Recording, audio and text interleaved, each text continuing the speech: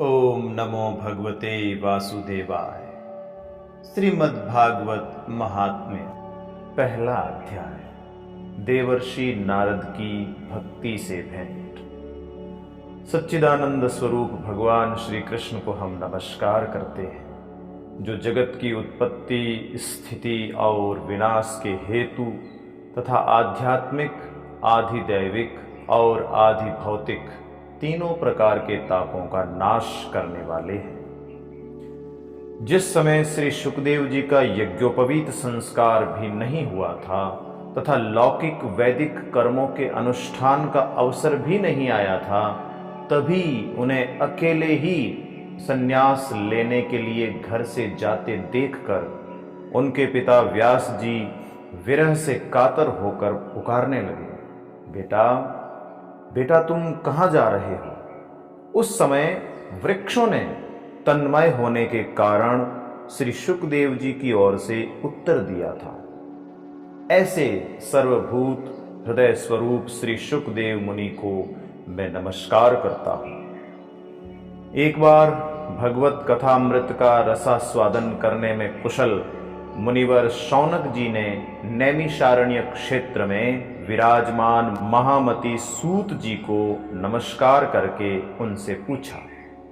शौनक जी बोले, सूत जी, आपका ज्ञान अज्ञान अंधकार को नष्ट करने के लिए करोड़ों सूर्यों के समान है।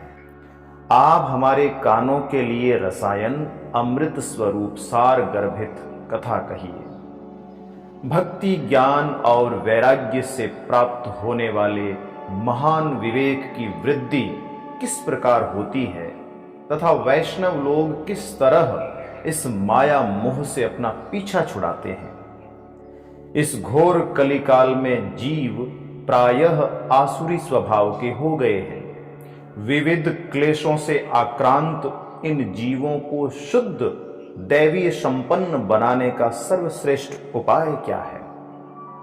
सूत जी, आप हमें कोई ऐसा शाश्वत साधन बताइए जो सबसे अधिक कल्याणकारी तथा पवित्र करने वालों में भी पवित्र हो तथा जो भगवान श्री कृष्ण की प्राप्ति करा दे। चिंतामणि केवल लौकिक सुख दे सकती है और कल्प वृक्ष अधिक से अधिक स्वर्गीय संपत्ति दे सकता है, परंतु गुरुदेव प्रसन्न होकर भगवान का योगी दुर्लभ नित्य वैकुंठ धाम दे देते हैं। सूत जी ने कहा, शौनक जी, तुम्हारे हृदय में भगवान का प्रेम है, इसलिए मैं विचार कर तुम्हें संपूर्ण सिद्धांतों का निष्कर्ष सुनाता हूं, जो जन्म मृत्यु के भय का नाश कर देता है, जो भक्ति के प्रवाह को बढ़ाता है और भगवान श्री कृष्ण की प्रसन्नता का प्रधान कारण है।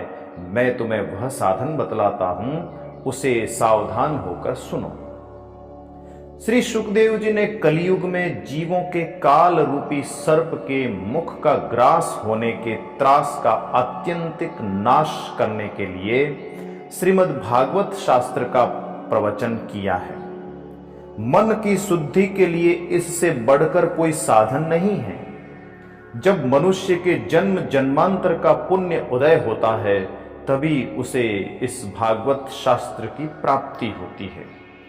जब सुखदेव जी राजा परीक्षित को यह कथा सुनाने के लिए सभा में विराजमान हुए, तब देवता लोग उनके पास अमृत का कलश लेकर आए। देवता अपना काम बनाने में बड़े कुशल होते हैं, अतः यहां भी सबने सुखदेव मुनि को नमस्कार करके कहा, आप यह अमृत लेकर बदले में हमें कथामृत का दान दीजिए। इस प्रकार परस्पर विनिमय हो जाने पर राजा परीक्षित अमृत का पान करें और हम सब श्रीमद् भागवत रूप अमृत का पान करेंगे। इस संसार में कहां कांच और कहां महामूल्य मणि तथा कहां सुधा और कहां कथा। श्री सुखदेव जी ने ये सोचकर उस समय देवताओं की हंसी उड़ा दी। उन्हें भक्ति शून्य कथा का अनधिकारी जानकर कथामृत का दान नहीं किया। इस प्रकार यह श्रीमद् भागवत की कथा देवताओं को भी दुर्लभ है। पूर्व काल में श्रीमद् भागवत के श्रवण से ही राजा परीक्षित की मुक्ति देखकर ब्रह्मा जी को भी बड़ा आश्चर्य हुआ था। उन्होंने सत्यलोक में तराजू बांधकर सब साधनों को तौला। अन्य सभी साधन तौल में हल्के पड़ गए। अपने महत्व के कारण भागवत ही सबसे भारी रहा। यह देखकर सभी ऋषियों को बड़ा विस्मय हुआ। उन्होंने कलयुग में इस भगवत रूप भागवत शास्त्र को ही पढ़ने सुनने से तत्काल मोक्ष देने वाला निश्चय किया। सप्ताह विधि से श्रवण करने पर यह निश्चय भक्ति प्रदान करता है। पूर्व काल में इसे दयापरायण सनकादि ने देवर्षि नारद को सुनाया था। यद्यपि देवर्षि ने पहले ब्रह्मा जी के मुख से इसे श्रवण कर लिया था, तथापि सप्ताह श्रवण की विधि तो उन्हें सनकादि ने ही बताई थी। शौनक जी ने पूछा, सांसारिक प्रपंच से मुक्त एवं विचरणशील नारद जी का सनकादि के साथ संयोग कहां हुआ और विधि विधान के श्रवण में उनकी प्रीति कैसे हुई? तो सूत जी कहते हैं, अब मैं तुम्हें वह भक्तिपूर्ण कथानक सुनाता हूं जो श्री सुखदेव जी ने मुझे अपना अनन्य शिष्य जानकर एकांत में सुनाया था। एक दिन विशालापुरी में वे चारों निर्मल ऋषि सत्संग के लिए आए। वहां उन्होंने नारद जी को देखा। सनकादि ने पूछा, ब्राह्मण, आपका मुख उदास क्यों हो रहा है? आप चिंतातुर कैसे हैं? इतनी जल्दी जल्दी आप कहां जा रहे हैं और आपका आगमन कहां से हो रहा है? इस समय तो आप उस पुरुष के समान व्याकुल जान पड़ते हैं जिसका सारा धन लुट गया हो। आप जैसे आसक्ति रहित पुरुषों के लिए यह उचित नहीं है। इसका कारण बताइए। नारद जी ने कहा, मैं सर्वोत्तम लोक समझकर पृथ्वी में आया था। यहां पुष्कर, प्रयाग, काशी, गोदावरी, हरिद्वार, कुरुक्षेत्र, श्रीरंग और सेतुबंद आदि कई तीर्थों में मैं इधर उधर विचरता रहा, किंतु मुझे कहीं भी मन को संतोष देने वाली शांति नहीं मिली। इस समय अधर्म के सहायक कलयुग ने सारी पृथ्वी को पीड़ित कर रखा है। अब यहां सत्य, तप, शौच, दया, दान आदि कुछ भी नहीं है। बेचारे जीव केवल अपना पेट पालने में लगे हुए हैं। वे असत्यभाषी, आलसी, मंदबुद्धि, भाग्यहीन, उपद्रवग्रस्त हो गए हैं। जो साधु संत कहे जाते हैं वे पूरे पाखंडी हो गए हैं। देखने में तो वे विरक्त हैं, किंतु स्त्री, धन आदि सभी का परिग्रह करते हैं। घरों में स्त्रियों का राज्य है। साले सलाहकार बने हुए हैं। लोभ से लोग कन्या विक्रय करते हैं और स्त्री पुरुषों में कलह मचा रहता है। महात्माओं के आश्रम, तीर्थ और नदियों पर यवनों अर्थात विधर्मियों का अधिकार हो गया है। उन दुष्टों ने बहुत से देवालय भी नष्ट कर दिए हैं। इस समय यहां न कोई योगी है, न सिद्ध है, न ज्ञानी है और न सत्कर्म करने वाला ही है। सारे साधन इस समय कली रूप दावानल से जलकर भस्म हो गए हैं। इस कलयुग में सभी देशवासी बाजारों में अन्न बेचने लगे हैं। ब्राह्मण लोग पैसा लेकर वेद पढ़ाते हैं और स्त्रियां वैश्यावृत्ति से निर्वाह करने लगी हैं। इस तरह कलयुग के दोष देखता और पृथ्वी पर विचरता हुआ मैं यमुना जी के तट पर पहुंचा, जहां भगवान श्री कृष्ण की अनेकों लीलाएं हो चुकी हैं। मुनिवरों, सुनिए, वहां मैंने एक बड़ा आश्चर्य देखा। वहां एक युवती स्त्री खिन्न मन से बैठी थी। उसके पास दो वृद्ध पुरुष अचेत अवस्था में पड़े जोर जोर से सांस ले रहे थे। वह तरुणी उनकी सेवा करती हुई कभी उन्हें चेत कराने का प्रयत्न करती और कभी उनके आगे रोने लगती थी। वह अपने शरीर के रक्षक परमात्मा को दसों दिशाओं में देख रही थी। उसके चारों ओर सैकड़ों स्त्रियां उसे पंखा झल रही थी और बार बार समझाती जाती थी। दूर से यह सब चरित्र देखकर मैं कुतूहलवश उसके पास चला गया। मुझे देखकर वह युवती खड़ी हो गई और बड़ी व्याकुल होकर कहने लगी। युवती ने कहा, अजी महात्मा जी, क्षण भर ठहर जाइए और मेरी चिंता को भी नष्ट कर दीजिए। आपका दर्शन तो संसार के सभी पापों को सर्वथा नष्ट करने वाला है। आपके वचनों से मेरे दुख की भी बहुत कुछ शांति हो जाएगी। मनुष्य का जब बड़ा भाग्य होता है तभी आपके दर्शन हुआ करते हैं। नारद जी कहते हैं, तब मैंने उस स्त्री से पूछा, देवी तुम कौन हो? ये दोनों पुरुष तुम्हारे क्या होते हैं? और तुम्हारे पास ये कमल नयनी देवियां कौन हैं? तुम हमें विस्तार से अपने दुख का कारण बताओ। युवती ने कहा, मेरा नाम भक्ति है। ये ज्ञान और वैराग्य नामक मेरे पुत्र हैं। समय के फेर से ही ये ऐसे जर्जर हो गए हैं। ये देवियां गंगा जी आदि नदियां हैं। ये सब मेरी सेवा करने के लिए ही आई हैं। इस प्रकार साक्षात देवियों के द्वारा सेवित होने पर भी मुझे सुख शांति नहीं है। तपोधन, अब ध्यान देकर मेरा वृतांत सुनिए। मेरी कथा वैसे तो प्रसिद्ध है, फिर भी उसे सुनकर आप मुझे शांति प्रदान करें। मैं द्रविड़ देश में उत्पन्न हुई, कर्नाटक में बढ़ी, कहीं कहीं महाराष्ट्र में सम्मानित हुई, किंतु गुजरात में मुझको बुढ़ापे ने आ घेरा। वहां घोर कलयुग के प्रभाव से पाखंडियों ने मुझे अंग भंग कर दिया। चिरकाल तक यह अवस्था रहने के कारण मैं अपने पुत्रों के साथ दुर्बल और निस्तेज हो गई। अब जब से मैं वृंदावन आई, तब से पुनः परम सुंदरी सुरूपवती नव युवती हो गई हूं। किंतु सामने पड़े ये दोनों मेरे पुत्र थके मांदे दुखी हो रहे हैं। अब मैं यह स्थान छोड़कर अन्यत्र जाना चाहती हूं। ये दोनों बूढ़े हो गए हैं, इसी दुख से मैं दुखी हूं। मैं तरुणी क्यों और ये दोनों मेरे पुत्र बूढ़े क्यों? हम तीनों साथ साथ रहने वाले हैं, फिर यह विपरीतता क्यों? होना तो यह चाहिए कि माता बूढ़ी हो और पुत्र तरुण। इसी से मैं आश्चर्यचकित चित्त से अपनी इस अवस्था पर शोक करती हूं। आप परम बुद्धिमान एवं योग निधि हैं, इसका क्या कारण हो सकता है, बताइए। तब नारद जी ने कहा, साध्वी, मैं अपने हृदय में ज्ञान दृष्टि से तुम्हारे संपूर्ण दुख का कारण देखता हूं। तुम्हें विषाद नहीं करना चाहिए। श्री हरि तुम्हारा कल्याण करेंगे।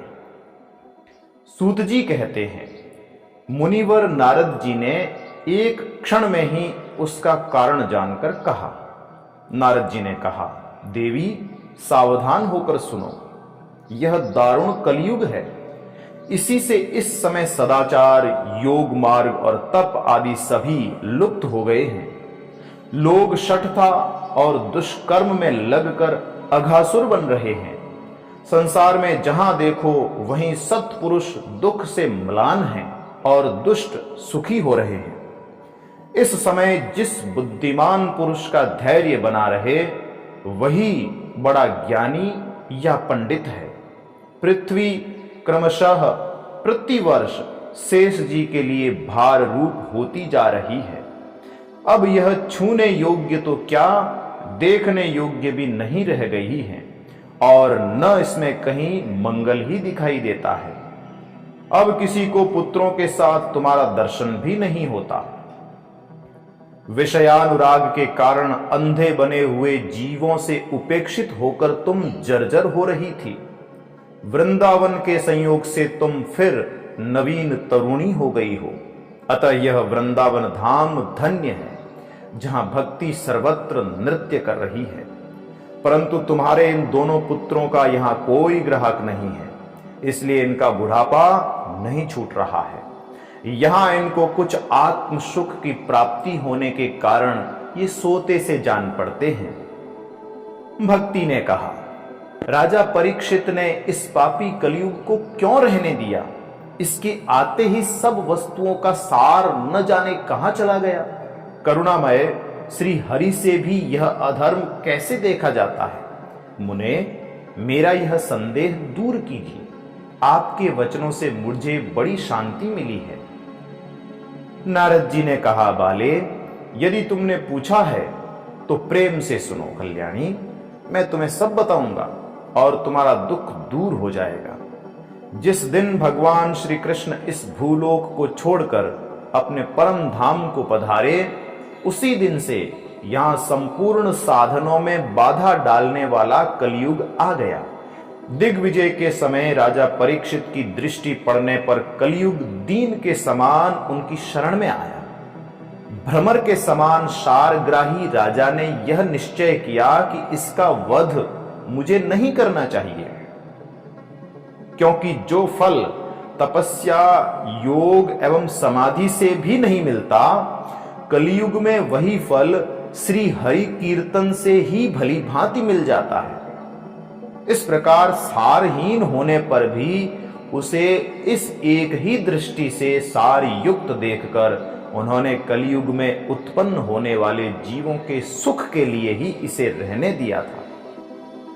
इस समय लोगों के कुकर्म में प्रवृत्त होने के कारण सभी वस्तुओं का सार निकल गया है और पृथ्वी के सारे पदार्थ बीजहीन भूसी के समान हो गए हैं।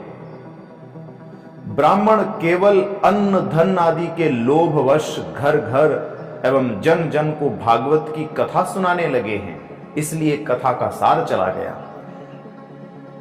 तीर्थों में नाना प्रकार के अत्यंत घोर कर्म करने वाले नास्तिक और नारकी पुरुष भी रहने लगे हैं, इसलिए तीर्थों का भी प्रभाव जाता रहा।